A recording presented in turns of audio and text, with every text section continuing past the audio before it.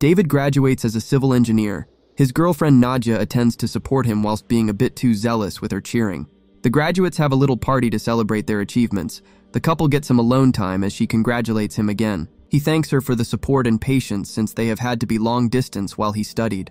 As they discuss their move to Stockholm, David excuses himself to use the restroom.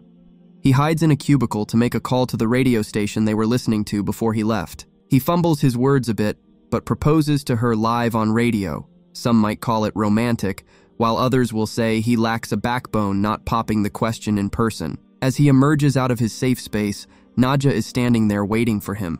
At first it seems like she might be mad about the manner of the proposal, but she laughs it off and accepts it. An old man just pops out of a nearby cubicle to congratulate them. 1.5 years later after their engagement, and the honeymoon phase seems like it's already over. Nadja frustratedly tries to shut a washing machine door that seems to be faulty. She rudely asks David for help while he plays some Battlefield on the PlayStation. She rants on about how she's studying to be a doctor and not a housewife. It turns into an argument, so Nadja sends the dirty clothes to a public laundry. With a worried look on her face, she flashes back to a happier moment with David, but she's snapped back to reality when their neighbor Thomas also comes to do his laundry. Nadja apologizes because she has taken his slot. She tries to stop the wash in order to come back later, but he insists she let it finish. She suddenly vomits, and Thomas worriedly asks if she's okay. She reveals that she is pregnant, but he's not to let David know. She's not sure if they are fit to be parents because David is not very supportive, so all the burden will be on her. Thomas imparts some wise words about the beauty of child rearing. Nadja apologizes for bringing the topic up because he has lost his. He assures her that they are going to be amazing parents before giving her a hug. One morning, David leaves her breakfast in bed with a note instructing her to meet him in the bathroom. She enters to find the washing machine fixed, and then follows a series of notes outside where David awaits. He apologizes for his neglect before handing over an envelope which has reservations for Bear Valley, a hiking and camping trip under the northern lights. He has called in sick from work so that they can spend some time together and work on their relationship. With their dog Boris, they begin their trip to the mountains. Nadja's pregnancy sickness makes her vomit along the way, but she still hasn't alerted her husband, so she explains it as car sickness. The couple stop at a fuel station. While Nadja fills the car up, David goes inside to pay. Jarmo and Role also pull in their pickup to refuel. The former makes his way into the shop while Role has some small talk with David about dogs. He aggressively plays with Boris and comments on Nadja's beauty, which makes him uncomfortable. The stranger also makes his way into the shop. Meanwhile, Boris pulls David towards their car where he spots a decapitated reindeer's head along with a rifle in the back. He quickly gets into his car where he alerts his wife on what he just saw. As the couple leave, they crash into the pickup. Nadja suggests they alert them, but David disagrees, stating the guys will not notice before driving off. Later that night, they arrive at the Bear Valley Inn, but they get a hostile reception from Mona. She storms off to the back of the bar to their confusion. Einar comes out and apologizes on her behalf, explaining she doesn't take kindly to strangers, so it's nothing personal. He jokes around with them while briefing them on the trail. David is on edge when he sees the guys from the fuel station sitting around. They give them some looks but don't act on it. The couple stay at the inn for the night. The following morning, they notice that their car has been vandalized and immediately attribute it to Jarmo and Role. Nadja complains that they should have alerted them back at the gas station. She notices their truck packed outside, so decides to scratch it with a screwdriver. Rolo comes out at the right time, or the wrong time depending on how you see it.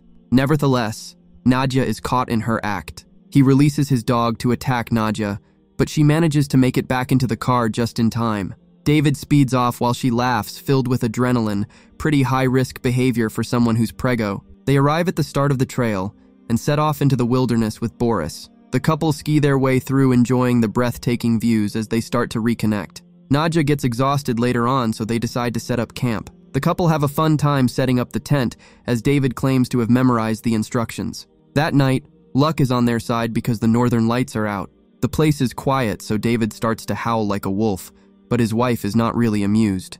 He tries to have a moment with her, but she interrupts him and finally lets him know that she's pregnant. David is shocked but happy about the news. Nadja puts a bit of a downer on his joy by asking if they should really be keeping it. She interrupts him again when she notices a red dot from a laser in their tent. Boris starts to also get agitated. Nadja calls out to the unknown person doing it but gets no response, so she decides to go outside to confront the person. David joins her as she calls out again. After a moment of silence, the dot appears once more, but this time it moves to Nadja's back when she turns around. Her husband moves her out the way, but it migrates to him when he starts shouting more aggressively. It continues to jump between the two as they get more agitated. David even pushes Nadja out the way when it starts to point at her stomach. The couple decide to quickly pack their things to move when the dot appears in their tent once again. Boris runs off into the darkness, agitated when they all hear a man whistling. Shortly after, a gunshot can be heard from the distance. They fear for the worst, but they don't get a chance to comprehend when another gunshot rips through their tent, shattering their light. Now in complete darkness, the couple leave their belongings and begin to run for their lives as the gunshots keep coming. Things get a whole lot worse when flares light up the night sky, leaving them completely exposed. Engine revving can be heard approaching them with more shots, but they manage to get to a nearby wooded area where they take cover. David can hear the engines from 2 vehicles, so he assumes that must be their number. Nadja concludes that it must be the 2 guys from earlier back to take their revenge. They hear Boris bark, so Nadja tries to go to his location, but David holds her back. The dog can be heard whining. The couple are forced to move once again when the engine revs start to get closer. They find some shelter in an empty barn where they hunker down for the night. By the following morning, the intense cold has almost frozen them. Nadja suggests they go straight to their car, but David proposes they go back to their tent where they can get their things and call the police. They make their way through the heavily fogged area back to their tent. David asks his wife to lay low while he checks for potential danger around their campsite. He enters and lets out a shout, and then exits vomiting. Nadja quickly rushes over as she gets closer. Blood can be seen around. David tries to prevent his wife from entering inside, but she does so anyway, only to find their dog's head detached from its body. In a fit of rage, she promises to kill the culprits while screaming, but David quietens her down as she is just giving away their location. She starts blaming themselves for leaving Boris to die. He goes back in to try and find the car keys, but he gets his arm caught in a trap when he tries to move their dog's head. Nadja releases him and ties the wound to stop him from bleeding out. They decide to trace their tracks back to their car while freezing. They move through the snow and notice someone watching them from a distance. Gunshots soon follows, which forces them to the ground. The couple try to crawl to the woods while under suppression fire. David notices that it takes around 10 seconds between each shot. He recalls seeing the weapon in the car of those guys. He suggests they make a dash for the woods just after a shot is fired. However, David gets popped because he is not able to move effectively due to his injury. As he winces in pain on the floor, he sees a silhouette of someone in a yellow jacket. He quickly gets up and makes a dash into the woods. Nadja finally turns around to check for her husband after dashing faster than Usain Bolt. She calls for him, but the strong wind just carries her voice away. As she walks, she hears a cracking sound, and it dawns on her that she's on a frozen lake and immediately lies down to spread her body weight. David finally gets to the same area, but he is unaware of the situation under his feet, so he falls through the ice just as he gets close to his wife.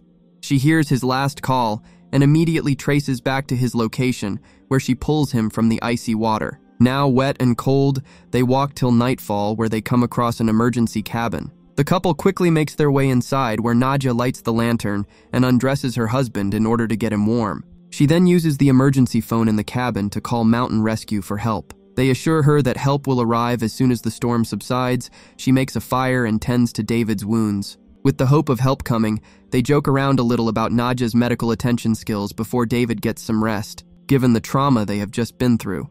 Nadja uses a stethoscope to determine if her baby survived. To her relief, she hears a heartbeat. David is up by this point and also wants to listen.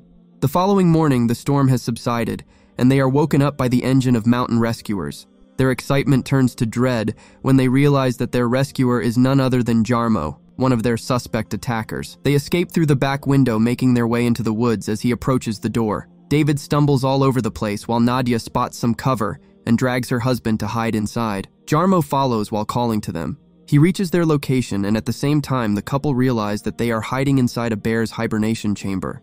The rescuer notices them, but Nadja shoots a flare which causes him to fire as he falls. They quickly evacuate from the chamber in fear that the loud sound has woken the bear. Jarmo's coat also begins to burn as he tries to put it out. The couple march on to find safety, while David's condition worsens. He begins to hear screams and starts to see a boy in a yellow jacket. At this point, Nadja has also spotted a house, but before they proceed, David states that this whole event is a sign that they shouldn't have the baby, because they don't deserve it. His wife calms him down, alerting him that they will do the right thing by going to the police when they get out of this mess. Nadja walks ahead a little when she spots a snowmobile. Rolly startles her when he emerges from behind. She falls to the floor as he asks what happened. David assumes him to be a danger and kills Rolla by knocking a rock over his head. After catching a body, they rush to the vehicle and proceed to the house. Upon arrival, they barge in when they don't get a response at the door. She sits him in the kitchen while she calls to the residents of the home. Einar rushes down and Nadja pleads for him to call for help. She overhears his call and it isn't to 911. It seems like he's rather alerting someone of their location. Realizing that he might be liaising with their attackers, Nadja tries to leave with her husband, but Einar chases them down with a knife. They escape into a room and are shocked to see pictures of themselves doing various activities on the wall. It all becomes clear what is going on when they find pictures of a young boy. Thomas enters the room with a rifle as he monologues about his dead son. He asks them to explain themselves. Things flash back to the day David proposed to Nadja. High on the good news, his wife-to-be tries to seduce him while he's driving. This causes David to lose concentration, hitting a child. Nadja rushes to check, but he's already dead. She returns to tell David, but he keeps driving to her confusion. They don't alert the police and carry on living their lives, but with guilt. We see the same event from Thomas's perspective. He was using a drone to play with his child. His son follows it through the woods, but he's too busy looking at it to realize that he's on the road now and that a car is approaching. Thomas watches in horror as they hit his son and leave without reporting the accident. He later reviews the footage from his drone, which captured the car's license plate. With a quick search, he found the couple and surveyed them while they lived like nothing happened. He then moved into the apartment building opposite and befriended them. Soon after hearing that Nadja was pregnant, he booked the hiking trip for the couple so that he could exact his revenge.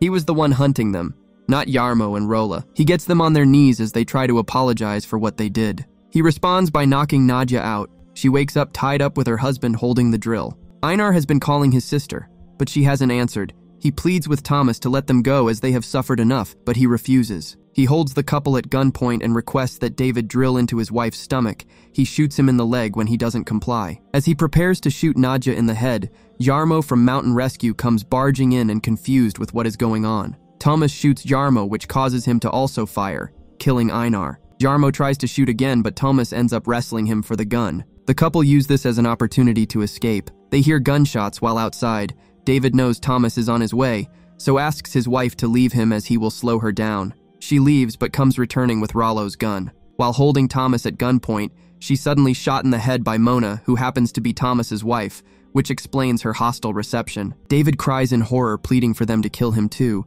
but Thomas leaves him alive so that he too can go through the pain he faced losing a child. That brings the movie to an end.